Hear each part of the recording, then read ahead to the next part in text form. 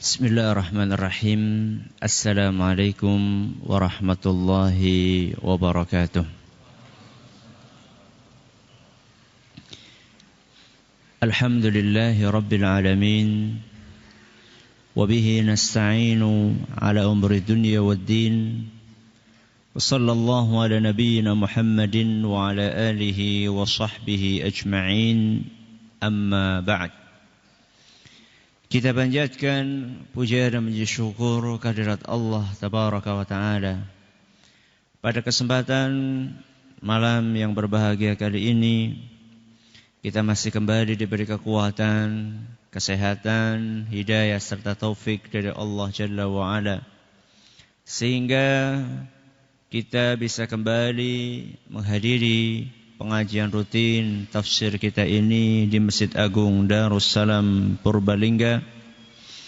Kita berharap semoga Allah Tabaraka wa Ta'ala berkenan untuk melimpahkan kepada kita semuanya ilmu yang bermanfaat, sehingga bisa kita amalkan sebagai bekal untuk menghadap kepada Allah Jalla wa Ala. Allahumma amin.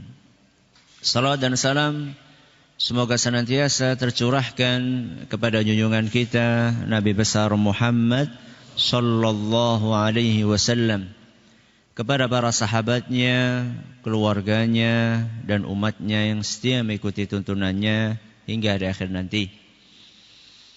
Bapak-bapak dan ibu-ibu yang kami hormati, dan juga segenap pendengar Radio Insani 102.2 FM di Purbalingga dan sekitarnya, para pendengar Radio Roja di Jakarta, di Bandung, di Lampung, di Berau, dimanapun Anda berada, para pendengar Radio Bas FM di Solo Tigo dan sekitarnya, serta para pemirsa Yufi TV yang semoga senantiasa dirahmati oleh Allah Azza wa Jalla.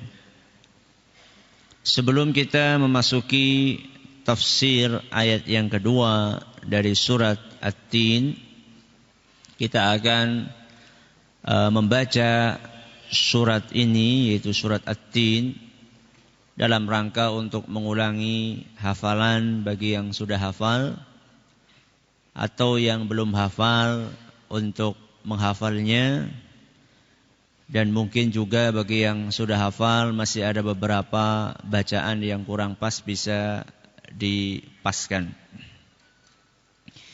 A'udzu billahi minasy syaithanir rajim. Silakan.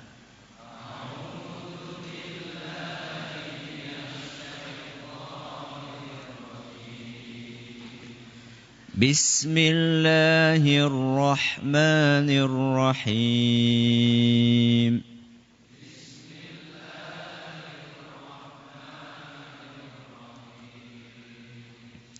Wat-tini waz-zaytun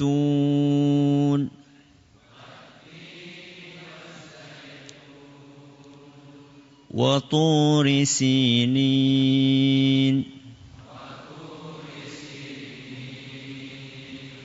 وهذا البلد الأمين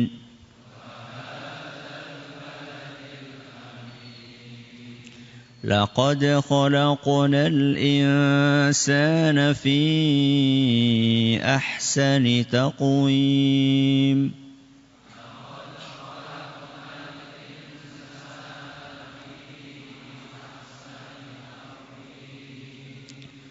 ثم رددناه أسفل سافلين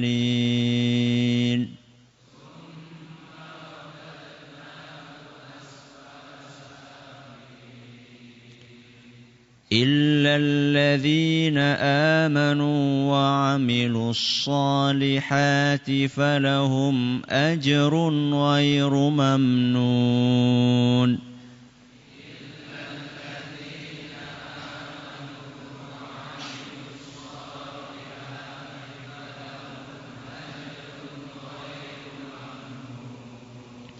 فما يكذبك بعد بالدين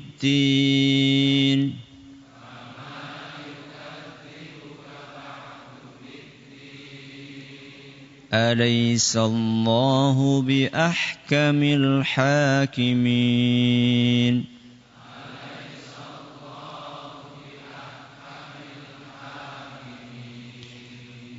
Setelah Allah Subhanahu wa ta'ala mengawali surat yang mulia ini dengan ayat yang pertama yang berisi sumpah Allah dengan dua makhluknya, yaitu dua jenis buah-buahan. Buah apa dan buah apa? Buah tin dan buah zaitun. Ternyata Allah Subhanahu wa ta'ala masih ingin bersumpah lagi dengan makhluknya yang lain. Kalau disumpah yang pertama dan kedua, Allah Tabaraka wa ta'ala bersumpah dengan buah-buahan, maka disumpah yang ketiga dan yang keempat, Allah Azza wa Jalla bersumpah dengan makhluknya berupa tempat. Di ayat yang kedua, Allah menyebutkan satu tempat. Di ayat yang ketiga Allah menyebutkan tempat yang berikutnya. Di ayat yang kedua Allah bersumpah dengan firman-Nya wa turi sinin, demi turi sinin. Apa artinya turi sinin? Pertama kata tur. Para ulama tafsir mengatakan tur artinya adalah gunung. Apa artinya? Gunung. Berarti gunung Sinin. Sinin itu apa Ustaz? Sinin itu nama lain dari Sinai. Nama lain apa? Sinai. Jadi demi gunung Sinai.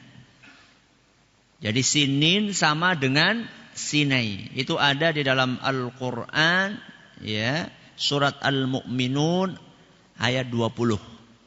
Ya, penyebutan nama Sinai. Cuman bahasa Arabnya di situ disebutkan Turi Sainaa. Ya, kalau kita lebih gampang ngomongnya apa? Sinai. Ya. Sainaa. Itu sama. Saina dengan Sinin itu sama, yaitu artinya gunung Sinai. Sinai itu artinya apa Ustaz? Sinai itu ada beberapa penafsiran dari para ahli tafsir. Ada yang mengatakan Sinai itu artinya adalah bagus. Jadi Turi Sinin, gunung Sinai itu artinya gunung yang bagus. Sebagian ulama mengatakan artinya mubarak. Mubarak itu artinya yang diberkahi. Jadi gunung yang diberkahi. Ulama yang lain mengatakan Sinin itu artinya adalah gunung yang di atasnya ada pohon-pohon yang sedang berbuah. Bukan sembarang pohon, tapi pohonnya harus apa? Berbuah. Jadi para ulama mengatakan ya bisa saja, semuanya bisa aja dinamakan itu. Karena pohonnya banyak buahnya, makanya banyak berkahnya dan bagus. Jadi gak ada masalah. Tidak ada masalah. Ada yang menafsirkan Sinai itu artinya apa tadi? Bagus. Ada yang mengatakan penuh berkah. Ada yang mengatakan pohon yang di atasnya ada pohon-pohon berbuah. Gak ada masalah. Ya berbuah, ya banyak pohonnya, ya berkah, ya banyak berkahnya, ya bagus. Namanya gunung kalau banyak pohonnya kan enak dilihatnya. Itu tempatnya di mana Ustaz? Gunung yang banyak pohon berbuahnya itu di dunia ini banyak enggak? Banyak. Gunung Slamet ada enggak? Ada pohonnya enggak? Ada. Buahnya apa di sana? Macam-macam ya, buahnya macam-macam. Yang suka daki gunung, yang suka daki gunung Slamet banyak Ustaz. Apa yang dimaksud dengan Turi Sinin itu gunung selamat Ustaz? Kayaknya enggak itu. Para ulama kita mengatakan Gunung Sinai itu tepatnya berada di sebuah padang pasir, ya, di sebuah padang pasir yang terletak di antara negeri Mesir dan negeri Palestina. Makanya kalau kita sering dengar berita ada lembah Sinai, ya, itu disitulah tempatnya. Jadi ada sebuah padang pasir, di padang pasir itu ada gunung, tempatnya di antara dua negeri. Apa tadi? Mesir dan Palestina. Allah sebutkan gunung ini di dalam Al-Quran. Bahkan bukan hanya disebutkan, Allah jadikan gunung ini sebagai media sumpah. Berarti ada apa-apa di gunung itu. Karena gak mungkin Allah subhanahu wa ta'ala menyebutkan sesuatu di Al-Quran, bahkan menjadikannya sebagai media sumpah. Gak mungkin kalau gunung itu gak punya keistimewaan. Mesti ada apa-apanya gunung itu. Ada apanya? Ada apanya? Ada pohonnya. Yuk, semuanya banyak pohon. Ada apanya kira-kira? Ada sebuah kejadian di situ. Para ahli tafsir mengatakan, kenapa kok secara spesifik Gunung Sinai ini disebutkan di dalam surat At-Tin? Kata mereka, karena di Gunung Sinai inilah Allah Azza wa Jal pernah berbincang-bincang secara langsung dengan Nabi Musa alaihissalam. Jadi di atas gunung itulah pernah terjadi perbincangan, obrolan antara Nabi Musa dengan Allah Subhanahu wa ta'ala. Dan tentu itu kejadian yang langka. Tempatnya ya berharga, ya Nabi Musanya juga istimewa. Tempatnya karena itu tempat yang gak mungkin Allah Subhanahu wa ta'ala milih sembarang tempat untuk berbincang-bincang langsung dengan salah satu makhluknya yang mulia. Makanya dijadikanlah Gunung Sinai ini sebagai salah satu media sumpahnya Allah Subhanahu wa ta'ala. Karena di tempat itulah Allah pernah berbicara langsung kepada Nabi Musa alaihissalam. Selain ayat ini menunjukkan keistimewaan Gunung Sinai, juga menunjukkan keistimewaannya Nabi siapa? Musa. Ya kayak jenengan lah kalau diajak ngobrol sama presiden. Seneng gak? Seneng. Dia seminggu udah bisa turu gue. Ya, cerita omong nyong ingin lebih ngobrol. Padahal ngobrolnya cuma ditanya gimana kabarnya, baik. Selesai. Ya cuma ditanya gitu saja. Itu sudah senangnya luar biasa. Ini yang mengajak bicara adalah Allah Subhanahu wa ta'ala. Rabbul Alamin. Yang maha kaya, yang maha kuasa. Yang memiliki kekuasaan yang tidak ada satupun yang bisa mengalahkan kekuasaannya. Tidak ada satupun yang bisa mengalahkan kekayaannya Allah Azza wa Jalla. Kita kalau diajak ngobrol sama orang kaya kan senang ya. Senang karena apa?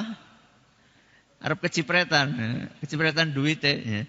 Nah ini yang ngajak Nabi Musa berbicara adalah Allah Subhanahu wa ta'ala langsung. Zat yang maha kaya.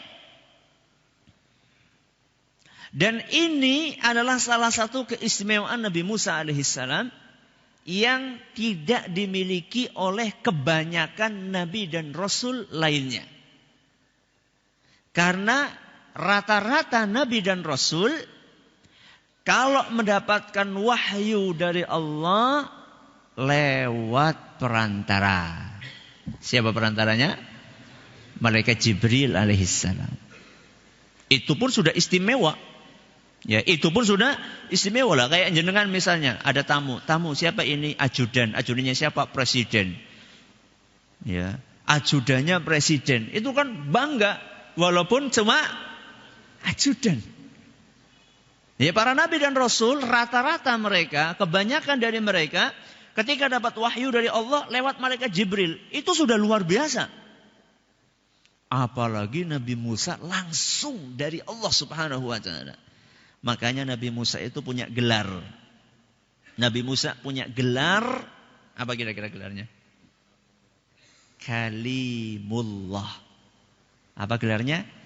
Kalimullah. Apa Ustaz artinya? Kalimullah. Kalim artinya orang yang diajak bicara langsung. Kalimullah berarti orang yang diajak bicara langsung sama Allah. Itu gelarnya Nabi Musa alaihissalam. Maka tolong nanti jangan ada yang ngasih nama anak Kalimullah. Itu gelar khusus buat siapa? Nabi Musa alaihissalam. Sebagaimana ada salah seorang di antara Nabi Allah, yaitu Nabi Ibrahim alaihissalam punya gelar istimewa juga. Apa itu? Khalilullah. Kalau tadi apa? Kalimullah artinya orang yang diajak bicara langsung sama Allah. Kalau Nabi Ibrahim Khalilullah. Apa artinya Khalilullah? Kekasihnya Allah Subhanahu wa ta'ala. Di muka bumi ini cuma 2 yang boleh pakai nama Khalilullah.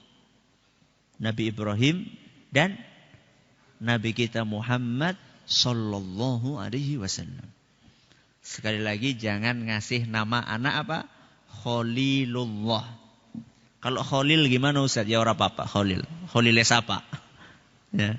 Khalilku, ya. Kekasihku ya enggak apa-apa. Ya. Tapi kalau Khalilullah, kekasihnya Allah cuma ada 2 orang yang boleh memakai gelar itu, yaitu siapa? Nabi kita Muhammad sallallahu alaihi wasallam dan Nabi Ibrahim alaihissalam. Jadi tadi kenapa Gunung Sinai dijadikan media sumpah?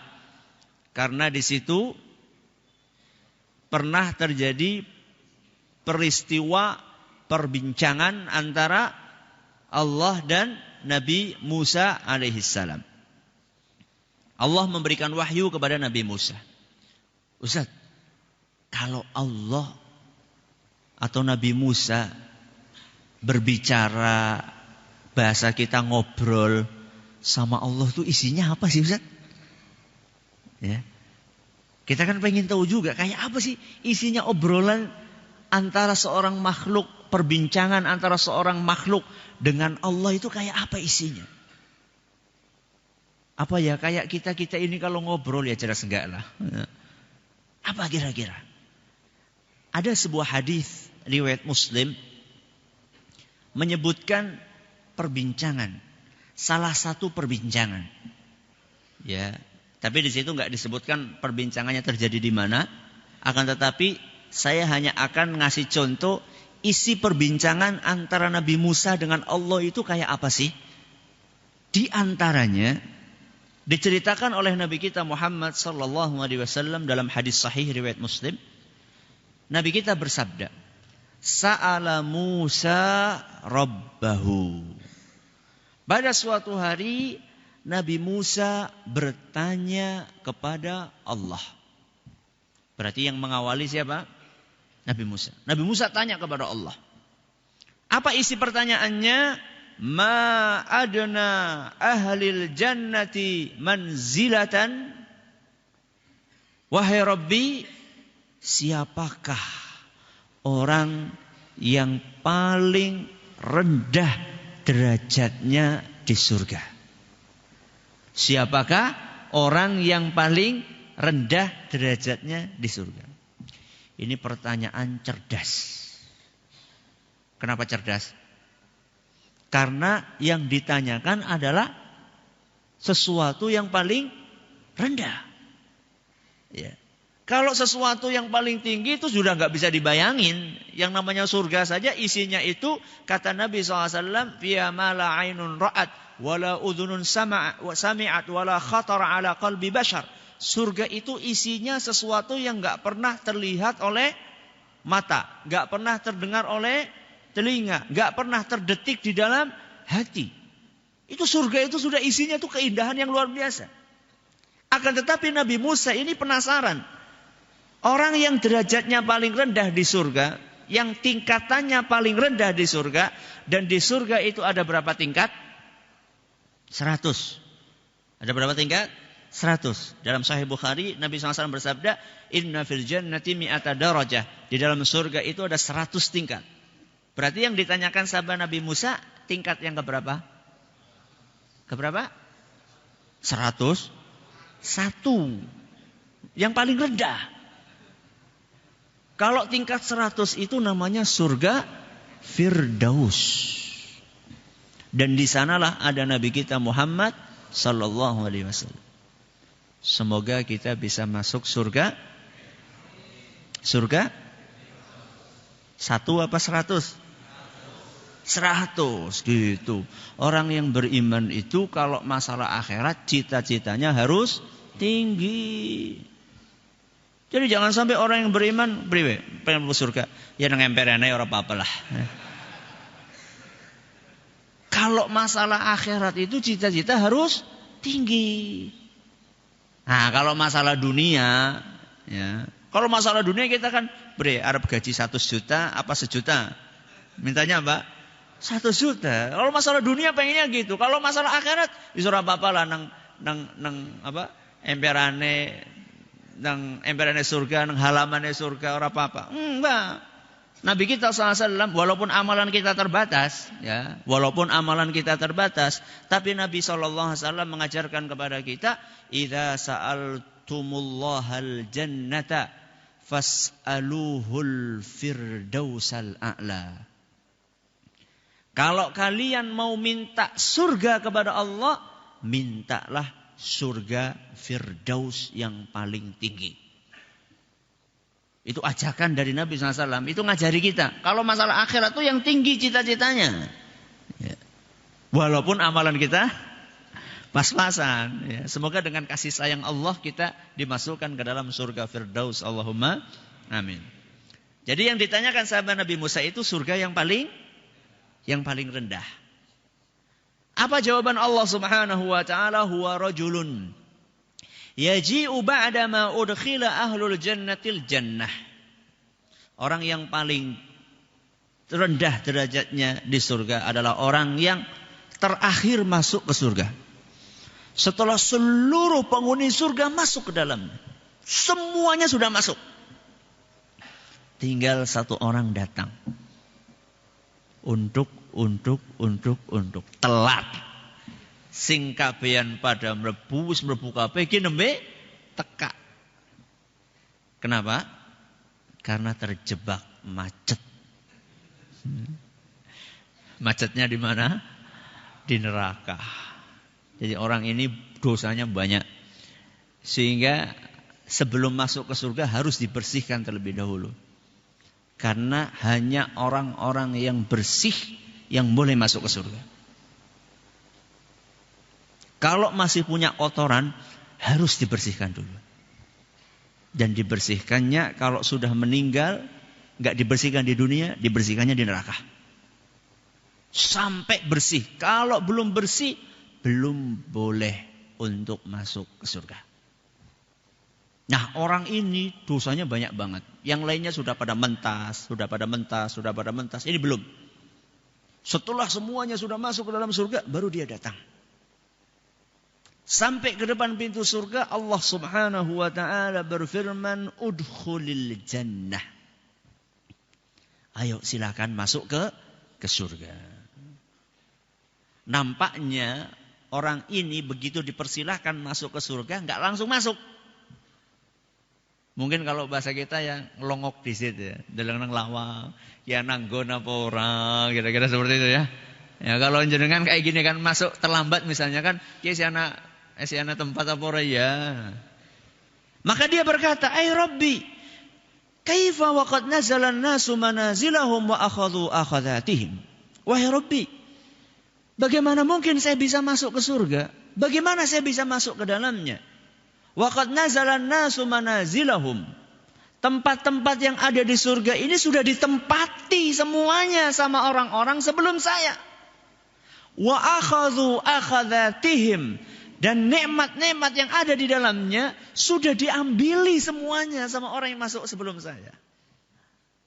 Jadi kalau bahasane wong sing mlebu perumahan, kaplingane wis entong, apa ngendi?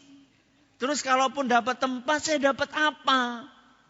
Ya, jadi dia ya mungkin agak meragukan dalam tanda kutip, kalau saya masuk sudah terakhir, telat, oleh apa? Ya, kira-kira seperti itulah. Nah, ketika hamba ini meragukan dalam tanda kutip kenikmatan yang ada dalam surga, karena dia merasa derajatnya paling rendah, maka Allah Subhanahu wa taala pun menjelaskan bagaimana isi surga. Allah berfirman, "Atarda an yakuna laka mithlu mulki malikin min muluki dunya?" Allah bertanya kepada orang tersebut, apakah kamu rela seandainya aku masukkan engkau ke surga, kemudian engkau akan kuberi seperti kekayaannya seorang raja yang ada di muka bumi? Ditanya sama Allah seperti itu. Kamu tadi sanksi kan tentang kenikmatan yang ada di surga, kamu pikir sudah habis kenikmatan yang ada dalamnya, maka kalau kamu ku masukkan ke dalam surga, aku kasih seperti kekayaan seorang raja. Terima apa ora? Gimana? Terima apa ora? Wah, kekayaan raja. Kalau sekarang mungkin presiden ya. Seorang presiden, udu lurah. Ya. Bukan camat, bukan bupati, bahkan bukan gubernur, bukan menteri. Apa? Raja. Ya. Seperti raja yang ada di muka bumi. Gimana? Rela enggak kamu? Gimana kalau kita ditanya gitu? Dia langsung mengatakan, raditu ya Rabbi, rela wahai Rabbi, cukup wahai Rabbi. Sudah hilang semuanya perasaan ragu dia. Masya Allah, subhanallah. Ini adalah derajat yang paling rendah. Ya. Raditu ya Rabbi, sudah wahai Rabbi, aku rela, aku ikhlas mendapatkan kenikmatan seperti itu, walaupun aku derajatnya paling rendah, tidak apa-apa. Ya. Sudah.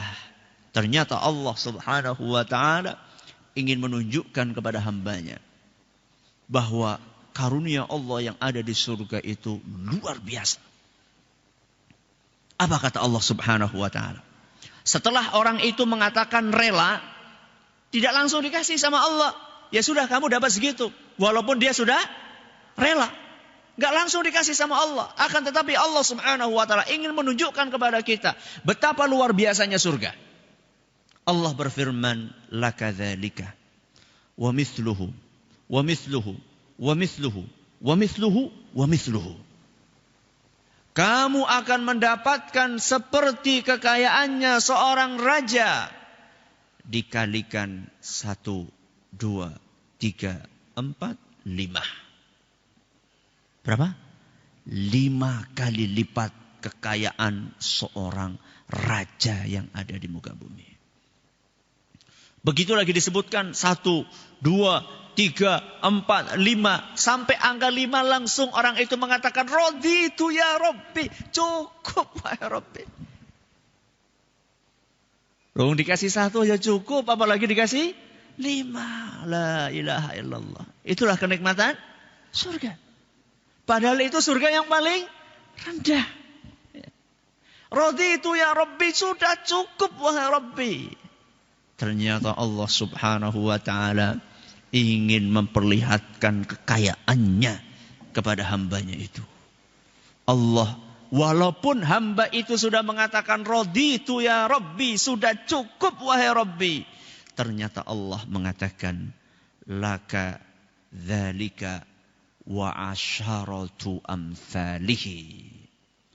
Kamu akan mendapatkan seperti yang sudah kusebutkan tadi. Berapa? 5 kali lipat kekayaan seorang raja wa asyaratu amthalihi, masih dikalikan 10 kali lipat lagi. Berapa berarti? 50 kali lipat kekayaan seorang raja. Itulah kenikmatan yang akan didapatkan oleh orang yang paling rendah derajatnya di surga. Pengen masuk surga? Pengen. Siapa yang gak pengen? Pengen semuanya? Pengen. Aneh gak kalau ada orang yang gak pengen masuk surga? Aneh bin ajaib. Ternyata banyak orang yang gak pengen masuk surga. Banyak orang yang pengen masuk surga. Ya. Rasulullah SAW mengatakan, kullu ummati yadkhulunal jannata illa man aba. Rasulullah SAW mengatakan, seluruh umatku bakalan masuk surga. Seluruh umat Islam akan masuk surga. Illa man aba, kecuali sing ora gelem. Berarti ada enggak yang enggak mau? Ada. Seluruh umat Islam itu masuk surga, kecuali yang enggak mau. Ini kan aneh kan? Kita merasa heran, ternyata sebelum kita heran, para sahabat sudah heran terlebih dahulu. Para sahabat mereka heran, ya Rasulullah wa man ya'ba. Wahai Rasul, siapakah orang yang enggak mau masuk surga itu, wahai Rasul? Kok iya-iyanya bisa-bisanya ada orang yang enggak pengen masuk surga? Maka Nabi kita sallallahu alaihi wasallam bersabda, man ata'ani dakhalal jannah. Siapapun yang taat kepadaku, maka berarti dia akan masuk surga. Berarti kebalikannya, waman asani faqad aba. Yang tidak mau taat kepadaku berarti enggak mau masuk surga. Banyak enggak kira-kira yang enggak mau? Banyak. Kon sholat, ora sholat. Disuruh sholat, enggak mau sholat. Disuruh pakai jilbab, alasannya sumuk. Nggih Bu, nggih. Disuruh keluarin zakat, alasannya maneman. Ya, sayang duitnya.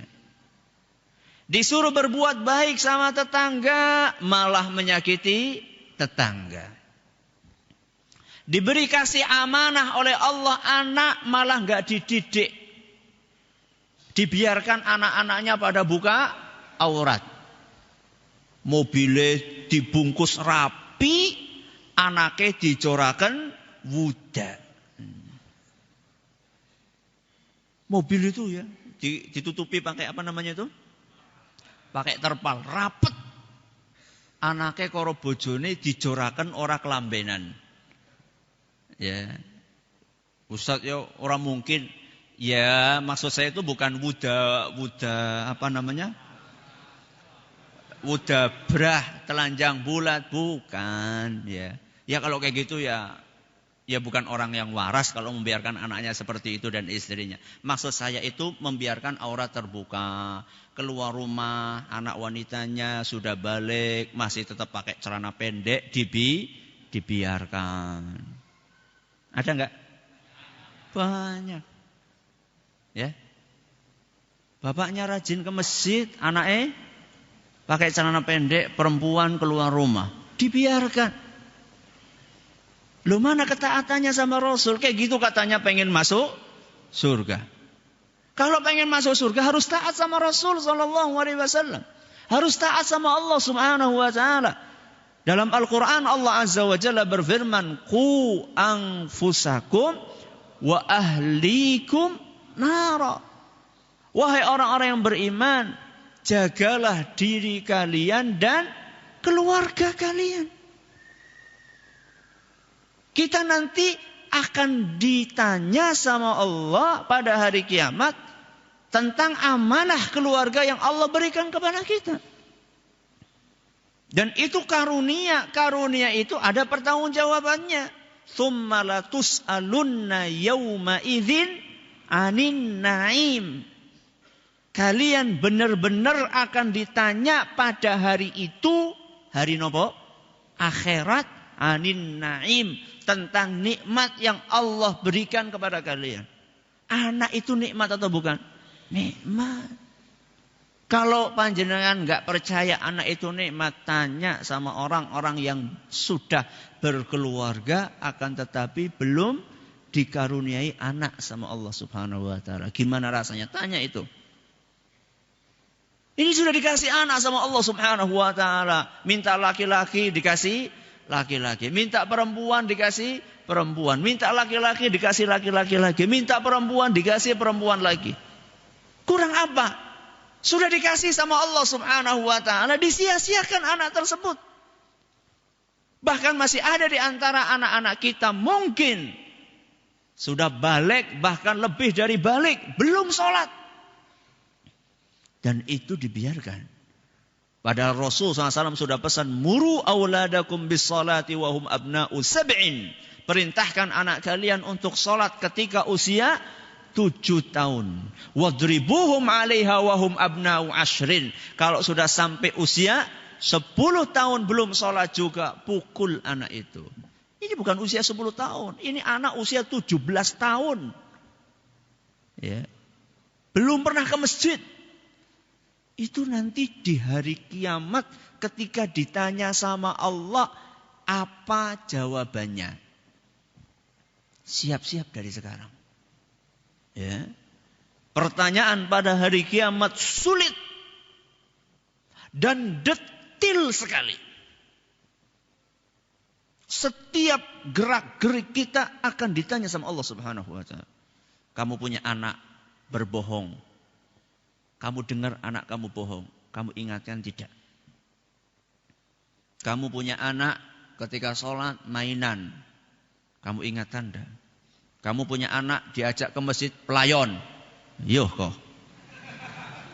Saya mutakan namora. Itu semuanya akan ditanya sama Allah Subhanahu wa taala.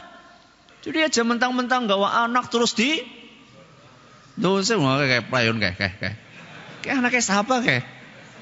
Ya enggak mungkin kan anaknya orang yang lagi di luar, kan enggak mungkin ya anaknya orang yang ada di sini. Ini akan ditanya sama Allah Subhanahu wa taala pada hari kiamat. Ya. Jadi bukan mentang-mentang bikin anak. Perhatian pendidikan anak. Ya. Ustaz sing jane bocah ya lumrah. Ya. Ini dia, ini penyakit-penyakit yang harus diperbaiki ini. Wong lari-lari di masjid kok lumrah. Itu bukan lumrah itu. Ya. Itu enggak benar itu. Harus kita perhatikan. Terus gimana Ustaz? Pegangi anaknya. Ustaz nggak bisa diem Ustaz, kasih apa? Ya kasih pulas, kasih apalah, pokoknya biar anak itu anteng. Kalau antengnya pakai makanan ya makanan, tapi harus bersih. Yang penting jangan dikasih obat tidur. Ya anakku angel bae obat tidur bae kontrol. Ya. Dikasih apa? Ini harus ada perhatian. Ya. Semuanya ini akan kita pertanggungjawabkan kepada Allah. Dan ini memang capek. Ya. Punya anak, ngurusi anak. Bukan cuma hanya ngurusi anak. Bukan hanya masalah makanannya saja. Bukan hanya masalah pendidikannya saja. Bukan hanya masalah pakaiannya saja. Termasuk gerak-geriknya, perilakunya. Memang capek. Tapi itulah jalan menuju ke surga. Jadi antara capeknya kita di dunia sekarang dengan kenikmatan yang Allah sediakan di surga, sebanding enggak?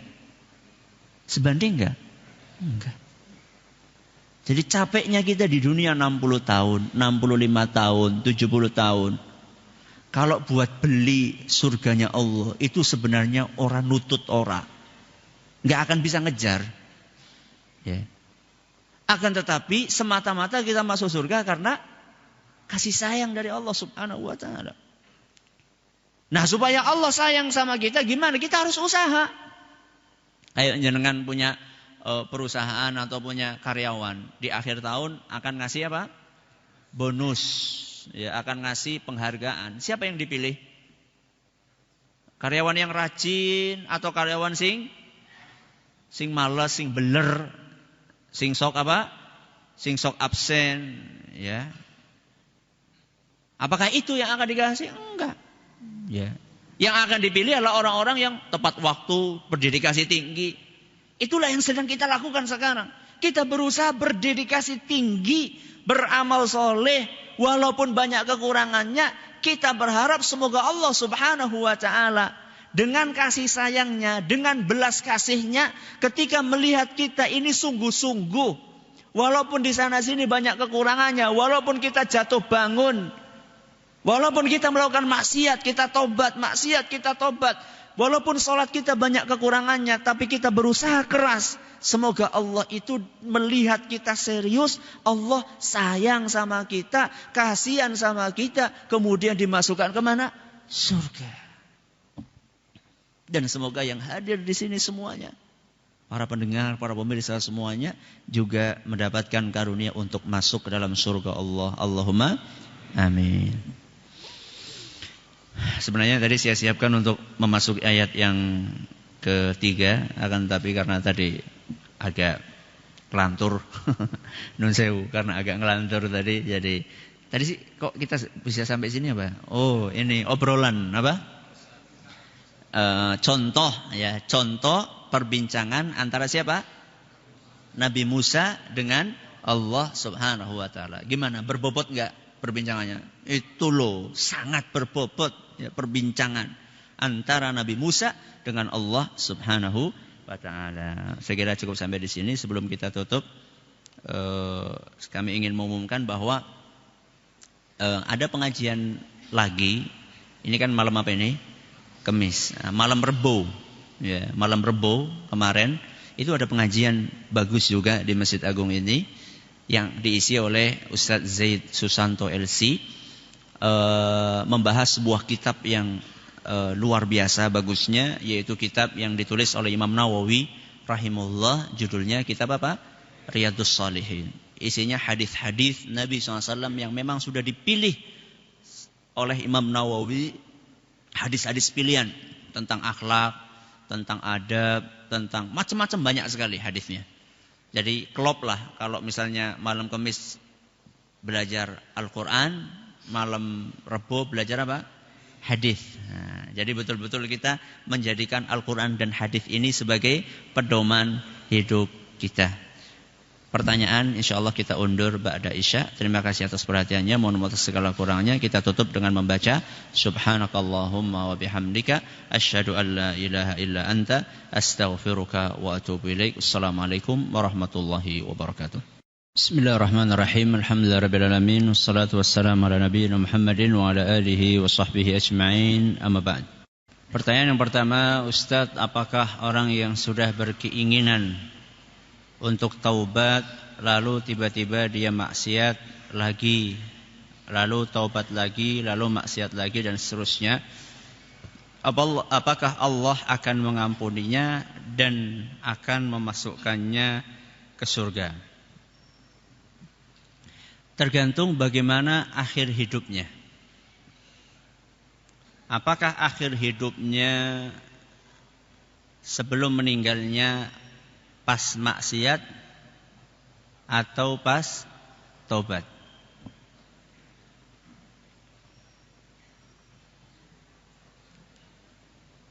Dari situ maka seharusnya seorang insan merasa khawatir ketika melakukan maksiat.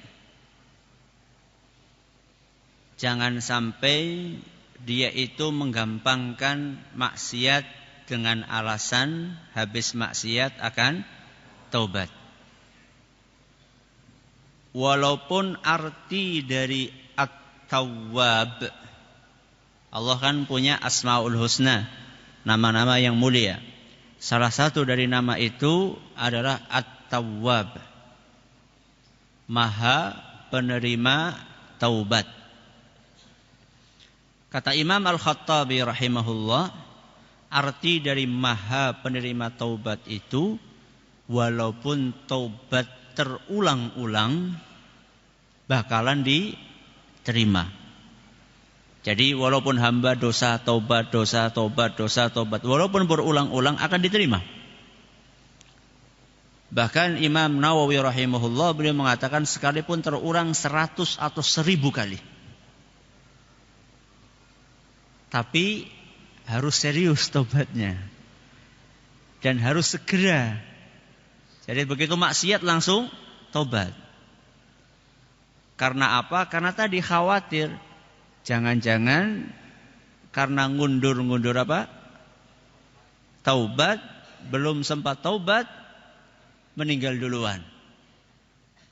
Padahal baru saja melakukan maksiat. Apakah akan diampuni? Itu hak prerogatifnya Allah. Ya, itu hak prerogatifnya. Kita nggak tahu apakah diampuni atau tidak. Akan tetapi peluang itu ada. Peluang itu ada.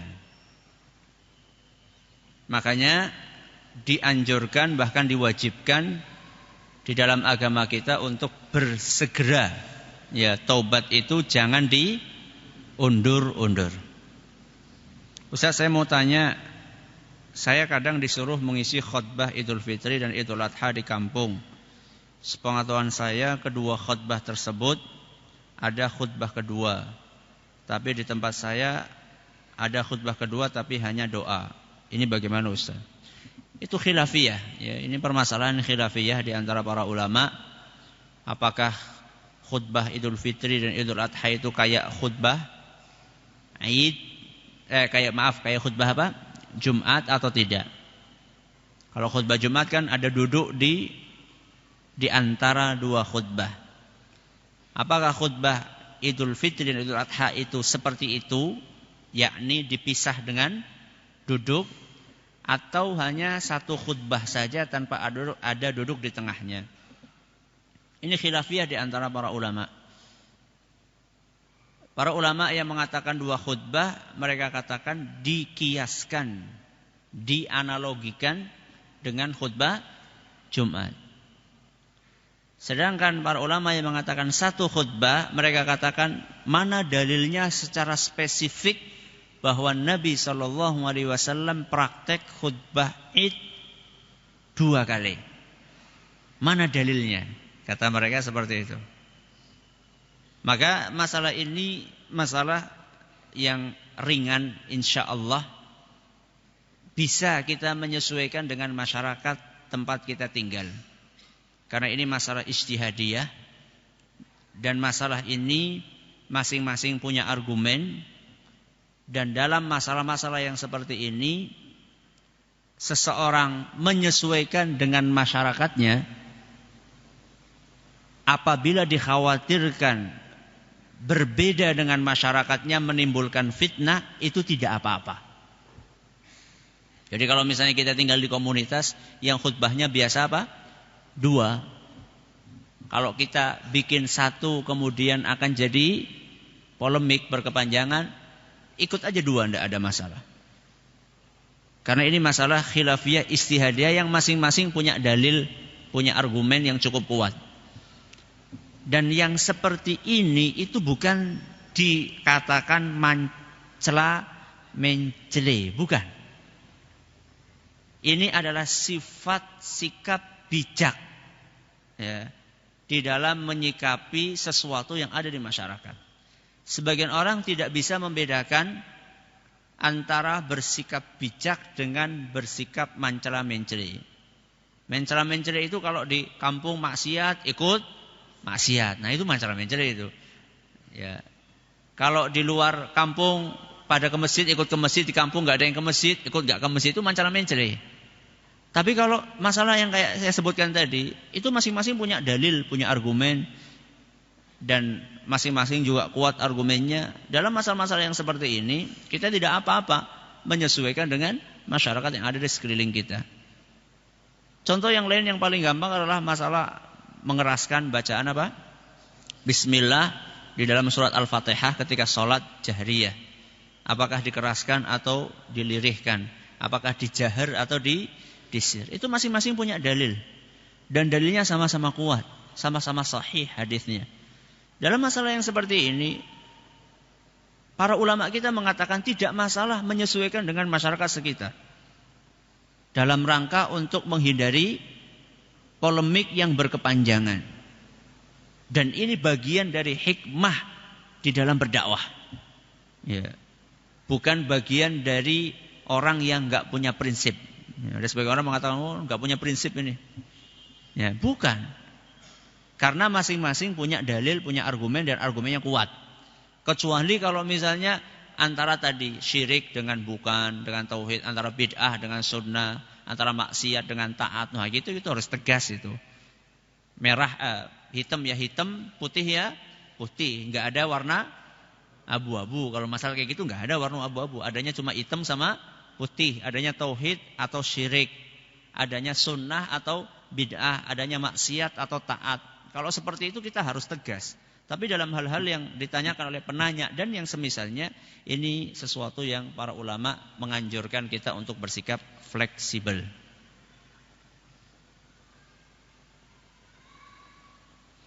Ustaz, dalam surat At-Tin disebutkan bahwa demi tin dan zaitun. Apakah keduanya memiliki hubungan antara satu dengan yang lainnya, ataukah keduanya merupakan sesuatu yang terpisah maknanya antara satu dengan yang lainnya? Sebagaimana kita sampaikan kemarin bahwa pendapat yang kuat At-Tin dan Az-Zaitun itu sesuatu yang berbeda. At-Tin ya buah tin, Az-Zaitun ya buah zaitun. Makanya kalau kita perhatikan Wat-Tini waz-Zaitun, demi buah tin, demi buah zaitun. Ya. Jadi beda ya, antara dua hal ini beda. Walaupun kemudian ada sebagian ulama, nanti kita akan jelaskan pada pertemuan yang akan datang, kenapa kok dipilih tin dan zaitun, ya dua buah ini, karena ternyata dua buah ini tumbuh di satu wilayah. Ya, kenapa kok disebutkan wilayah tersebut, kita akan jelaskan pada pertemuan yang akan datang insyaallah.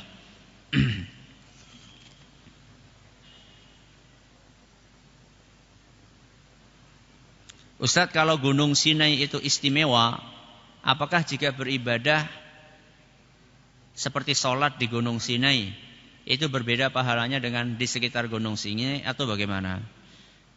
Kalau sudah masuk ibadah di suatu tempat punya keistimewaan atau tidak, itu harus ada dalil yang sifatnya spesifik, khusus. Ya, harus ada dalil yang sifatnya khusus. Tidak bisa menggunakan dalil yang umum. Kalau ini kan dalil sifatnya apa? Umum. Wa turi sinin, demi gunung Sinai. Di situ cuma disebutkan Allah bersumpah dengan gunung Sinai karena gunung Sinai punya keistimewaan. Jadi kan sifatnya apa? Umum. Tidak dijelaskan di dalam ayat itu atau dalam hadis Nabi SAW, sepengetahuan kami tidak dijelaskan bahwa sholat di situ misalnya 10 kali lipat misalnya dibandingkan sholat di tempat lain. Enggak. Makanya bagi orang yang mengatakan bahwa sholat di situ lebih utama dibandingkan tempat lain, maka harus mendatangkan apa? Dalil yang khusus, yang spesifik. Ya. Seperti contohnya sabda Nabi SAW tentang sholat di Masjid Nabawi misalnya. Itu kan Rasul SAW bersabda, sholatun fi masjidi hadza, sholat di masjidku ini pahalanya 1000 kali lipat. Itu redaksi Nabi SAW. Ya, Nabi secara khusus mengatakan sholat di Masjid Nabawi pahalanya 1000 kali lipat dibandingkan sholat di masjid yang lain. Kemudian Nabi berbicara tentang Masjidil Haram. Beliau mengatakan sholat di Masjidil Haram pahalanya 100 alfi sholatin, pahalanya 100.000 kali banyaknya dibandingkan sholat di masjid yang lainnya. Nah kalau seperti itu kan jelas, khusus, spesifik. Ya. Tapi kalau Sinai, Gunung Sinai, saya nggak tahu ada hadis khusus yang menjelaskan keutamaan di sana tentang sholat di sana. Ustadz, bolehkah sholat jenazah ketika hampir maghrib?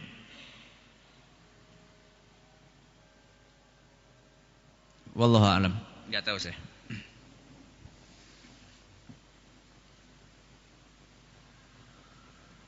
Ustaz, sampai di mana tanggung jawab orang tua terhadap anak-anaknya?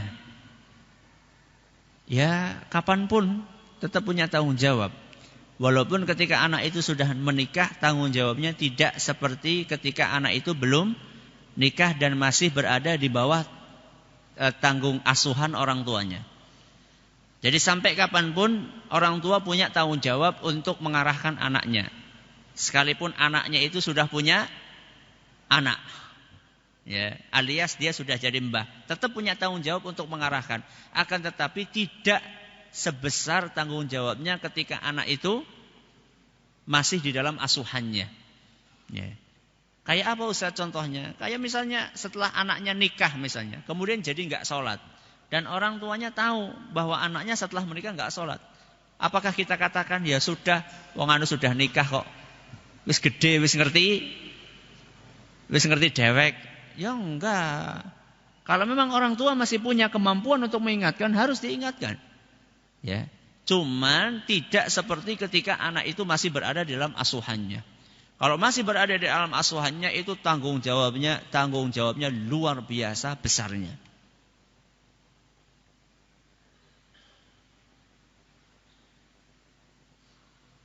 Ustadz, kalau seorang suami mendapatkan penghasilan, kemudian diserahkan kepada istri dan dikelola oleh istri, apakah besok di akhirat sang suami hanya akan ditanya dari mana uang yang diperoleh karena untuk penggunaannya istri yang mengatur? Ya enggak lah.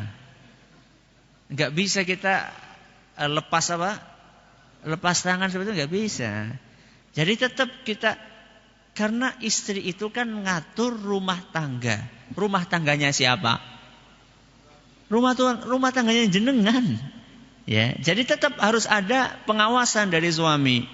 Jadi nggak bisa kita kemudian berlepas diri seperti itu, kita kasihkan duit makna, ngono tanggung jawabnya di hadapan Allah, nyong ora melu-melu. Nah. Apalagi kalau misalnya suaminya ngelihat sendiri bagaimana istrinya menggunakan harta.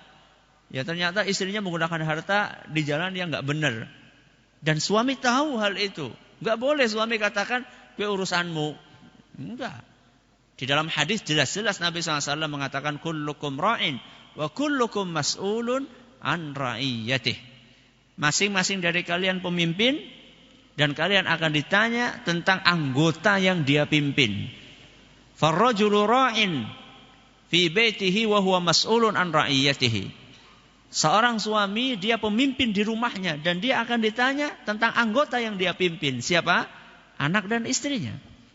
Wal mar'atu ra'iyatun fi baiti zawjiha.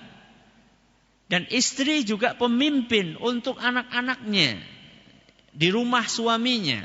Wa hiya mas'ulatun an ra'iyatiha. Dan dia akan ditanya tentang amanah yang Allah berikan kepada dia. Jadi semuanya akan ditanya. Istri ya ditanya, suami ya ditanya.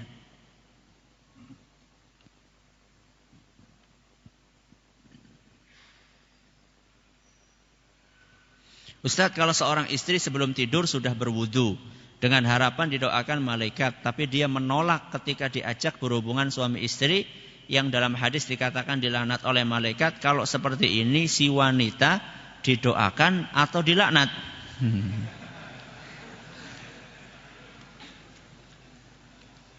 Didoakan.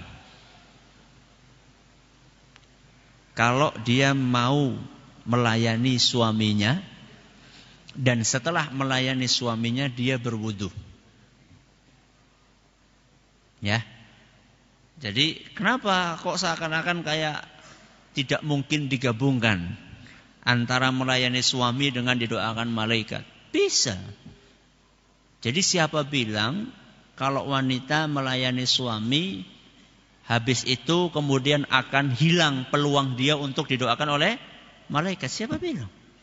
Rasulullah SAW menganjurkan kepada kita, para bapak dan ibu, orang yang sudah berumah tangga, setelah berhubungan itu dianjurkan untuk wudu. Ya. Para ulama mengatakan untuk meringankan hadas. Ya, untuk meringankan hadas yang ada di tubuh kita. Walaupun tidak membuat tubuh itu suci, tapi meringankan hadas itu. Syukur-syukur kalau mandi. Tapi kalau malam dingin, Ustaz. Wudu, cukup wudu. Maaf, setelah berhubungan suami istri membasuh kemaluan, wudu, tidur, seger. Cuman itu memang ujiannya di situ. Kalau sudah berhubungan, karpet langsung turu, ya, langsung tidur. Nah itu di situ ujiannya justru. Jadi kalau nggak percaya coba saja, nggak harus nanti malam. Coba saja kalau nggak percaya setelah berhubungan, sebelum tidur wudu, beda, ya beda di tubuhnya. Dan itu bukan hanya wudu ketika mau tidur. Nabi kita SAW juga mengajarkan, maaf, biasanya kan ada sebagian orang itu kalau berhubungan suami istri itu pakai ronde. Ya, ada ronde 1, ronde 2, ronde 3. Itu para ulama, Nabi kita SAW menganjurkan, ya, sebagaimana diterangkan oleh para ulama, di antara ronde 1, ronde 2, ronde 3 itu dianjurkan berwudu. Ya. Untuk apa Ustaz? Untuk menyegarkan. Ya, untuk menyegarkan. Dan itu dalam agama lain tidak ada. Adanya di dalam Islam. Jangankan wudu, adus beora. Ya. Mandi saja tidak. Ya. Berdasarkan penuturan dari orang-orang barat, mereka baru tahu ya ada mandi besar itu ya di agama Islam. Di agama mereka enggak ada. Satu-satunya di agama kita. Cuman anehnya kita orang Islam malah orang praktek.